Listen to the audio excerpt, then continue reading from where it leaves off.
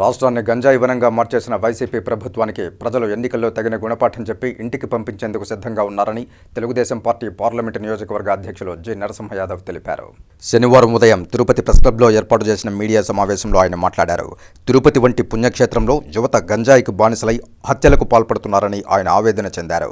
గంజాయి తరలించడంలో పోలీసుల పాత్ర కూడా కీలకంగా ఉందని పేర్కొన్నారు.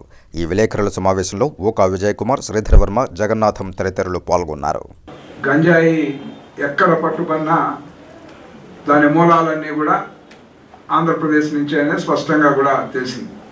గతంలో కూడా ఒకసారి చూస్తే వైసీపీ ఎమ్మెల్యేకి సంబంధించి పెద్ద గోడౌన్లో భారీ ఎత్తున గంజాయి డంపు పట్టుకున్నది మనం చూసాం.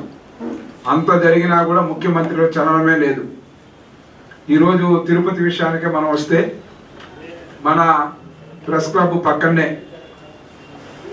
ఇక్కడున్న వాళ్ళకు కూడా చెప్తాను, ఎందుకంటే ఇక్కడున్న రాజకీయ నాయకులు ఏదేదో చెప్తా ఉన్నారు, ప్రజాప్రతినిధులు. ఒక్కసారి రాత్రులు ఈ పక్కన ఇలాంటి ప్లేసులు లేకొస్తే చూస్తూ తెలుస్తుంది ఎంతమంది యువత గంజాయికి బానిసలై ఏ విధంగా రాత్రిపూట వ్యవహరిస్తూ ఉన్నారు.